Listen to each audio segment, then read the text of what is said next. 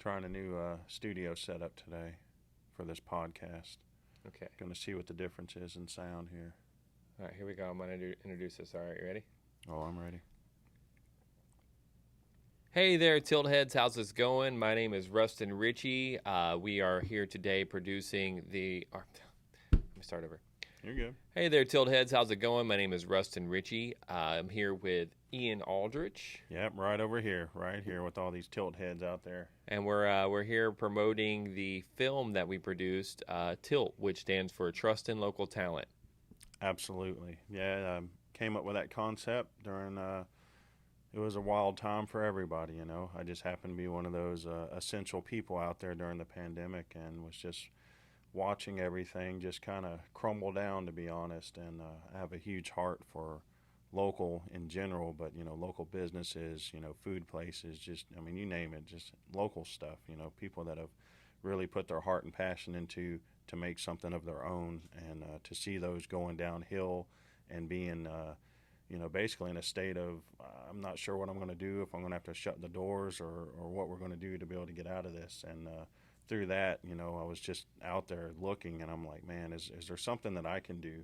What can I do? You know, Ian and I, we always really loved local food and events and sports and music and just everything like that. So whenever all this stuff happened, you know, a lot of those things kind of got shut down because they weren't considered essential. So, you know, Ian and I, we really wanted to support that when it all started coming back around because it needed the support to kind of grow again, you know, and get reestablished into the community, to get people back out together and, you know, skating together or playing music together, stuff like that, you know. But this idea all comes around from a passion that Ian and I had for film. Really, we both were trying so hard to get into the scene, but it was tough because, you know, a lot of these bigger companies, they're already kind of locked in and they use a lot of internships and stuff like that. So it's kind of hard to get in there and make money, and so we wanted to do something on our own.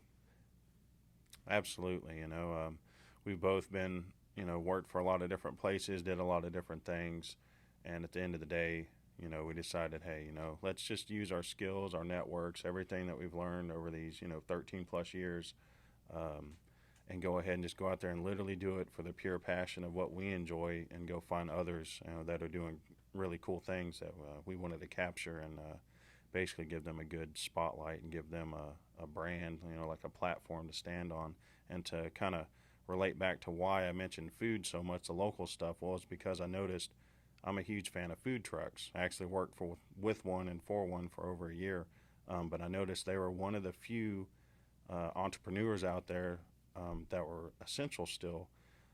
And through that also, you know, I checked out the skate park, and I guess they went out there and dumped mulch all over the place, trying to stop people from skating during that time. Um, and Wow. yeah, go figure. The skaters came out, you know, as a community, you know, the scooters, the bikes, everybody. I think it was mainly skateboarders, to be honest, but they came out there with literal shovels and wheelbarrows, would bring their own, you know, vehicle and bring their own tools out there, and were scraping it up so they could skate. And as we were doing the Tilt movie, I was talking to the BMX in High Springs, and sure enough, that was another one of the sports that was still something you could do during the pandemic time, and a lot of people got into it during that time just because it was something to do where they could still go outside, still be around people, and still you know, pursue a passion. Well, you know, and then we got people like me who was writing music on the background, you know, about people. You know, I wrote a song called "With the Birds," which was just about, you know, feeling like I was just singing with the birds because I was locked up in my room, all cooped up and stuff like that. But you know, whenever the stuff started to open again, I did want to pursue my musical career as well, and you know, that takes getting out there and being around people. So it was something everybody had to get used to again, and it was something that we wanted to promote really because we were local talent ourselves that was trying to find our footing in video, and we couldn't maybe find like a job outside of maybe doing a wedding video or something like that, or maybe a music video for someone who didn't appreciate us or wanted to pay us what we deserved. So a lot of times, it felt like that video became a want, not a need. But I think that's kind of flipped around as things have become more popular again, and things are starting to really start to get more active. The need for video is coming back around because people want to communicate their message. And that's the whole point of what we're doing here, is to communicate the message of these people who put all their time and all their extra energy into their sports and into their music, and of course other things they do. Tilt is not just about sports and music. It's the idea of supporting local talent no matter what you do. You could be a cook, or we work at a salon, or in improv. Anything that you do, if you're very passionate about it and you spend your extra time on it, that's what Tilt's here for. Yeah, absolutely. The movie itself, you'll see it's a lot of action sports type stuff blended with a lot Which of local bands and music. we had that in mind. We wanted to make the first one about sports and music because that's what we loved. Correct, and that's how it started. I'm a huge action sports person. Had a background racing BMX. I still do mountain bikes. I skateboarded for a while. I love dirt bikes. Had one of those for a while. And then Rustin over here is like the music man. And that was something that I honestly didn't really experience much of outside of just a class in school, maybe a recorder or maybe a piano class. See, but I had a secret passion too. I used to watch the X Games, and I would play Tony Hawk and stuff like that on my PlayStation, and all those. I'd even go to wrestling matches, and I'd sit in the top in Jacksonville and watch. I watched as Sting came down and saw Ric Flair and Hulk Hogan and all these big names that that you see now are as iconic. I got to see them as a young kid, so I already had these things sparked. But it feels like somewhat that it wasn't cool enough, or that people didn't really catch on and see like that this activity was something that was really emboldening the community.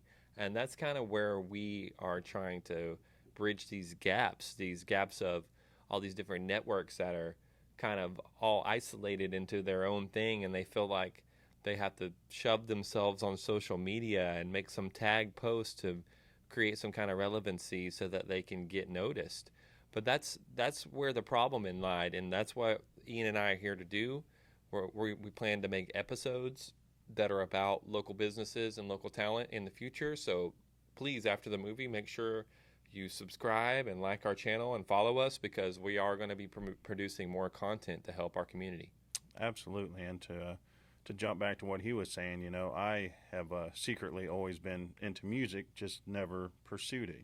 So us being able to come together like that's really cool, because just real talk, I've spoke to him about possibly teaching me how to learn the guitar, and And I want him to teach me how to do BMX. absolutely, and we both have those skill sets, and we could easily teach each other because we're both willing to learn. I feel like a lot of times when you're growing up, sometimes the encouragement of what you are passionate in sometimes isn't there, or maybe it is there and it's hard to, maybe like in Ian's case, get a sponsor or something like that, even though he was out there winning first place in a lot of these championships. I mean, you should have saw his shelf worth of trophies.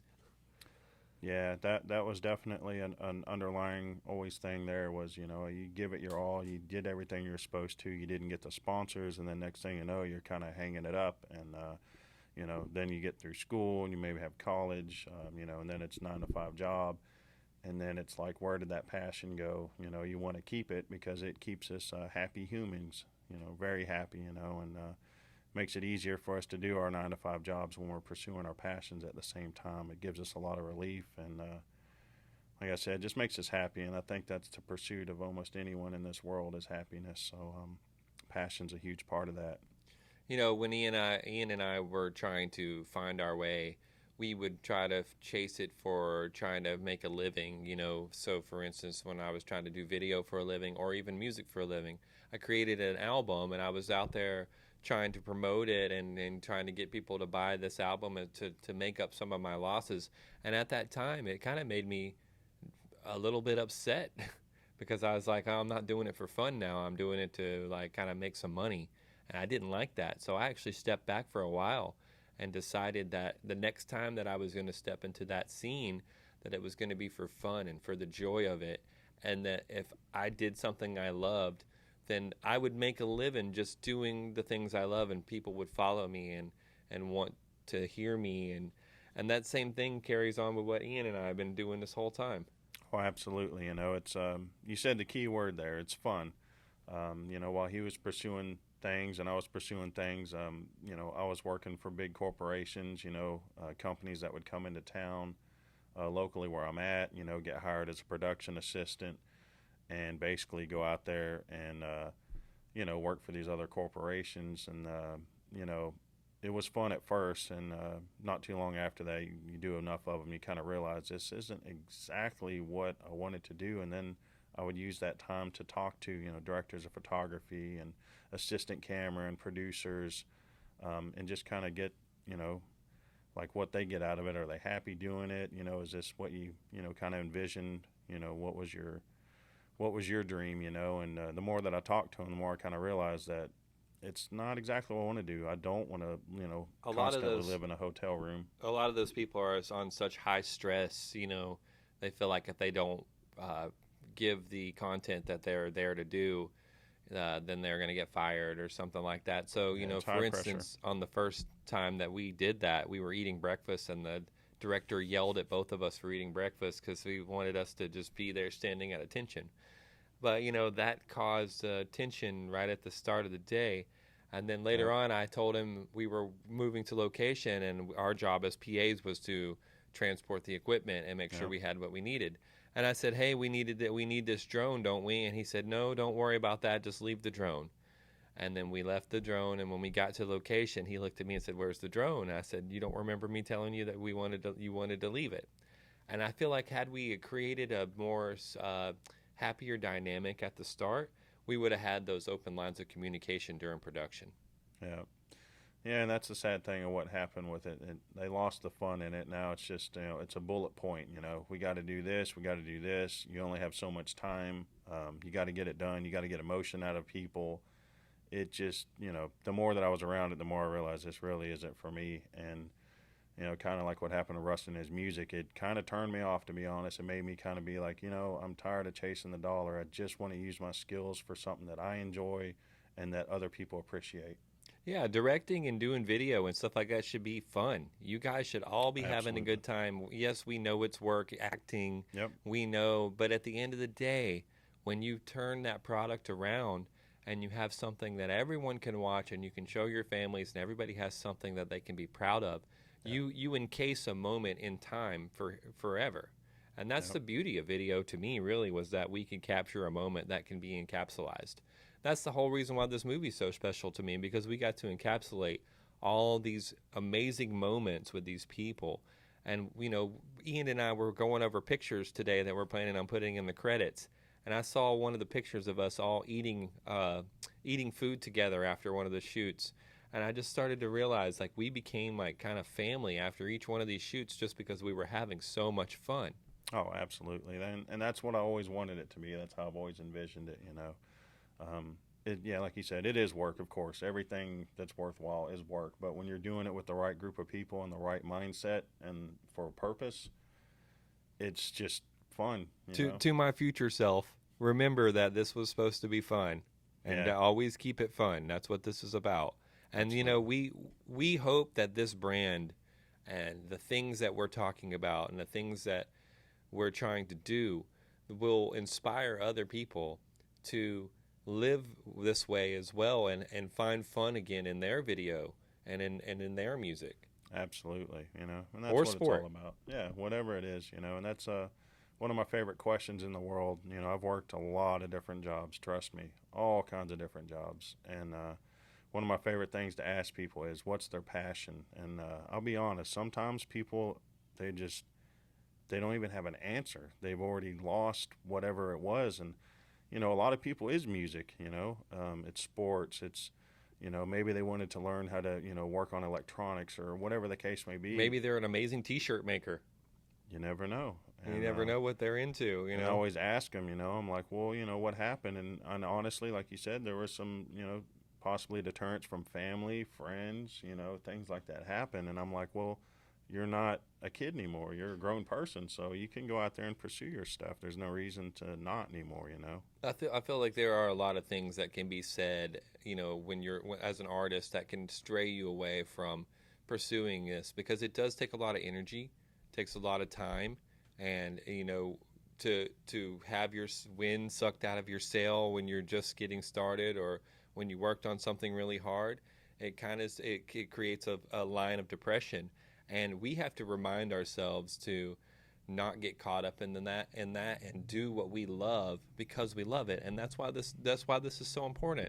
And if any message we could get across today would be that you should pursue your passions for your joy, then we've Absolutely. done our job today.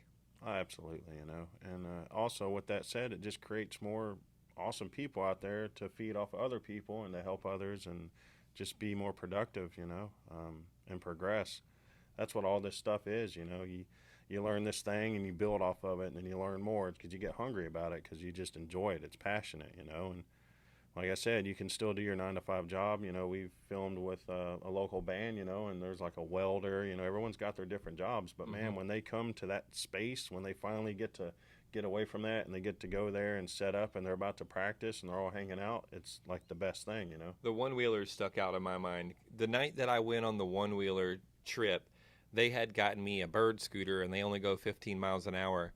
And these guys can go over dirt, they can go concrete, they can go over any hill. So they were just flowing through the city. And I couldn't keep up because they go over 15 miles an hour.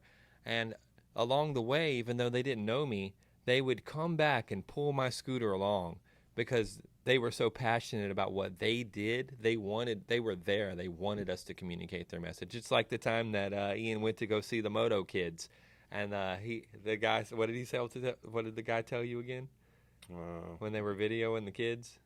oh yeah, I come out, you know. I knew these people prior through actually local business in High Springs, Rick's Repair and Brett's Bikes. But the point is, I had been trying to film out there because I found out they had a compound, you know, had a nice area for, you know, practicing motocross. And I'm like, hey, I'd love to come out there and film. Well, I had tried multiple times, and here we kind of talk about trying to make money. You know, oh, well, how much is it to come out and film and stuff, you know, and I'd tell them, and then they end up falling out or whatever. And I'm like, whatever. So all these years later, he reaches out and says, hey, look, I've got, you know, a few kids here that are practicing for the Gatorback motocross, you know, the Which is a Minios. huge track. I rode by It's that every morning on my way to work. it's literally, I think, one of the biggest racing events, period, for motocross, and it's here in Newberry. But the point is, you know, he's like, well, you could come out, you know, and they'll probably, you know, the dads and the family want to pay to, you know, get footage of their sons, you know, riding and stuff. And I'm like, hey, that's cool, man. But at that time, I was already working on Tilt, so that was not what I was thinking about. I'm like, dude, this is a great opportunity to come out and film with like And support you. 12, 13-year-old kids, support what you have going on, and to meet these kids. So I show up out there, you know, I've got my drone, I've got my DSLR, I've got my GoPro, so I'm running 3 cameras, and I show up there, and the dads are like, wow. He's like, you know, before you showed up, they were just kind of, you know, practicing. They weren't really, you know, pushing it. And he said, as soon as you came out here and the cameras came out, all of a sudden it turned into a freestyle show. They're whipping, getting crazy. And I just thought that was super cool because I brought that energy out there for them, you know? I got to see that on the projector screen last night, and I was like, holy cow, I didn't realize how crazy those kids were going.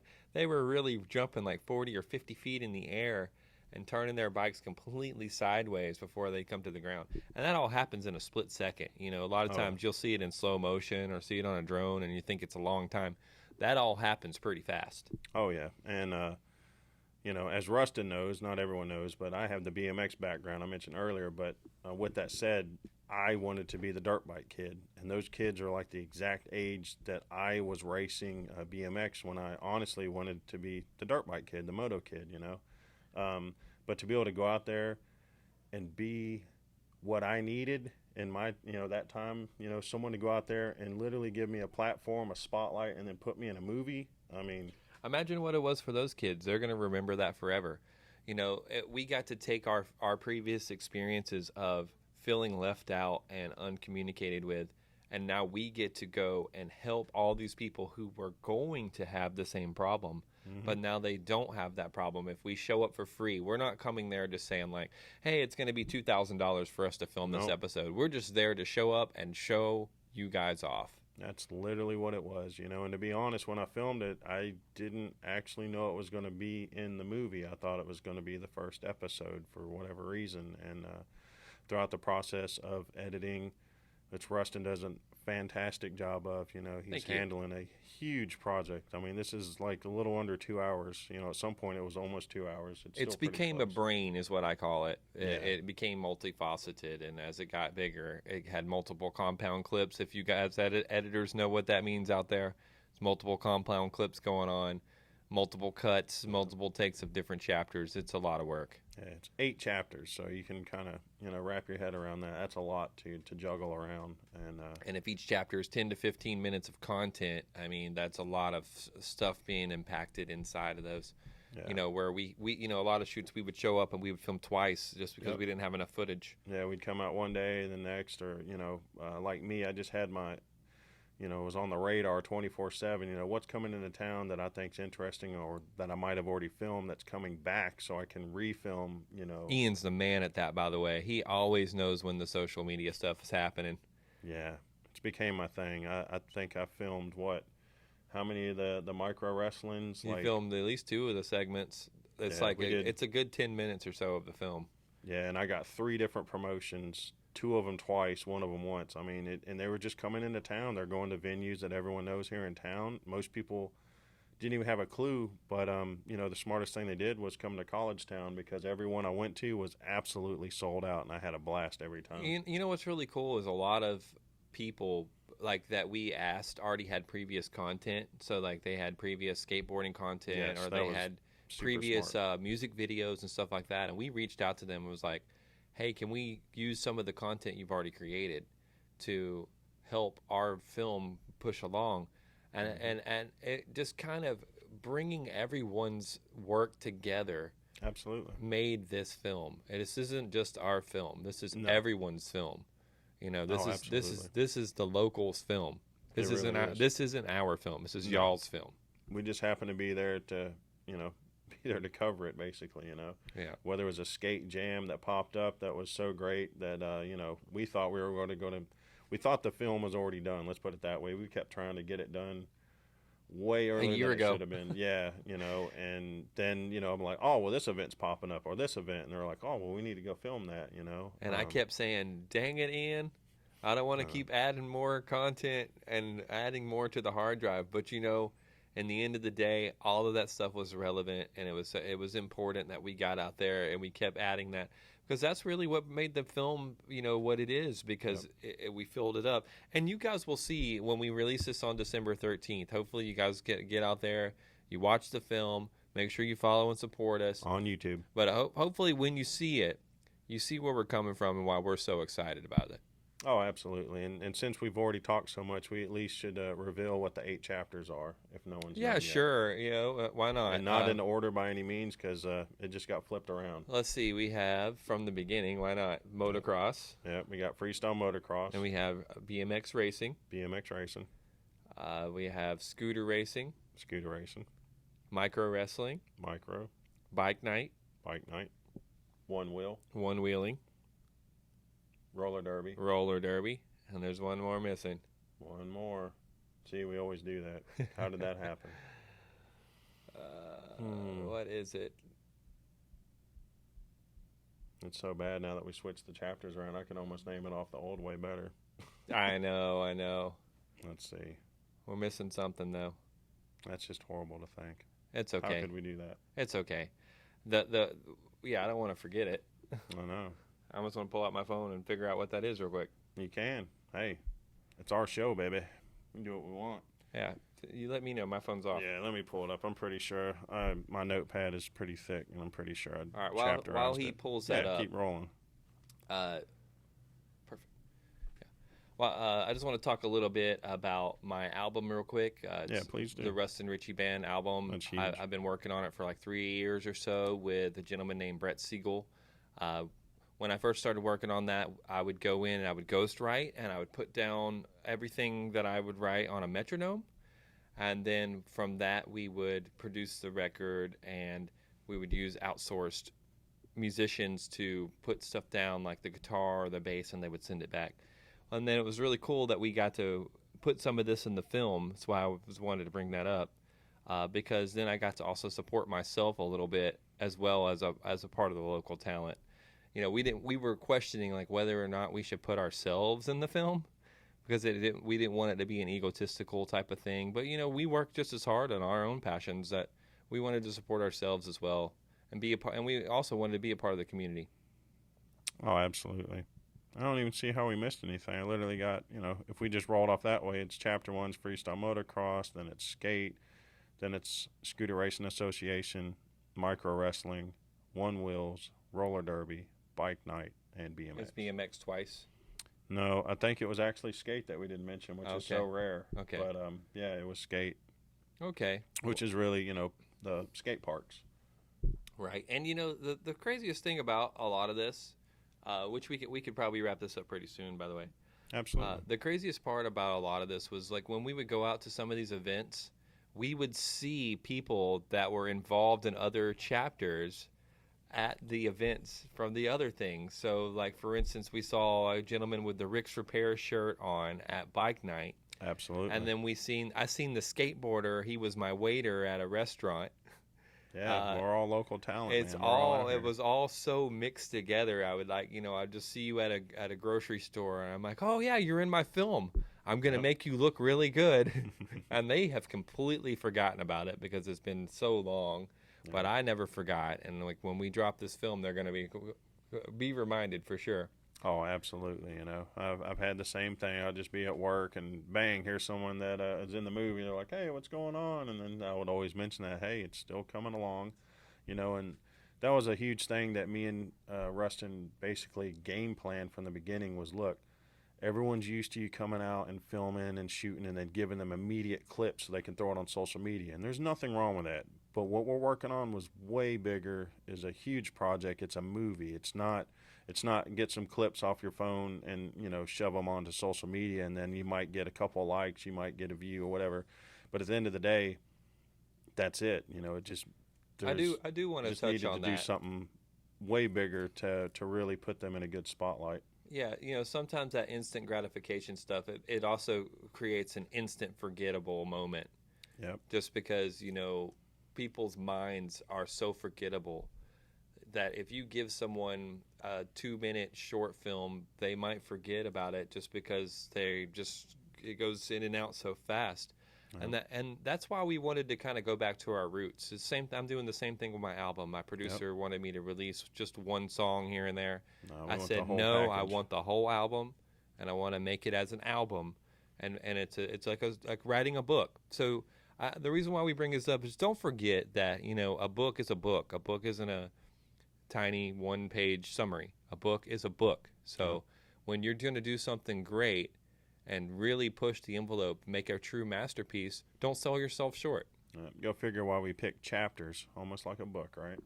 Yeah, that's true. And speaking of that, I did want to talk about some of the future chapters that we might be interested in.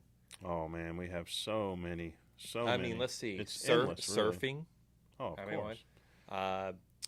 Water skiing. Yeah. That's a good one. We can do a whole water sports chapter. These are still just the sports side of things. There's rodeo. So much Rodeo's a good one. Oh man, I would love to get into some rodeo stuff. Yeah, we know a guy. I think we filmed a guy. Yeah, get some rodeo clown info. Let's see what else. The pigeon racing. Pigeon racing is pretty cool. A lot cooler than I thought it would be. I just found out about bicycle polo. I didn't even know that was a thing. That's something I would totally do. Whoa. Yeah. How about mountain climbing?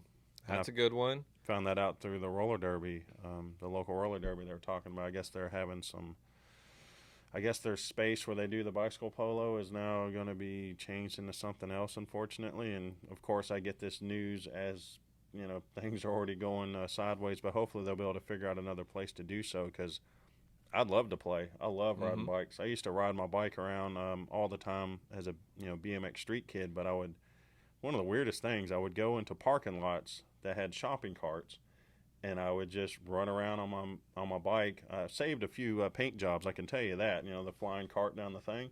I'm just out here riding, and I would snatch them and then roll them back into the corral, just purely for fun, just to ride my bike. So when I saw bike polo, I'm like, that's cool. So I get to do like all these interesting things while I'm riding my bike. I mean, I'm about it. There's just a lot of like little things that pop up or have been a thing for a while. For instance, I saw a new thing that was called Kids Strong Gainesville, Yep. where these parents are helping little kids do like Ninja Warriors type stuff Yep.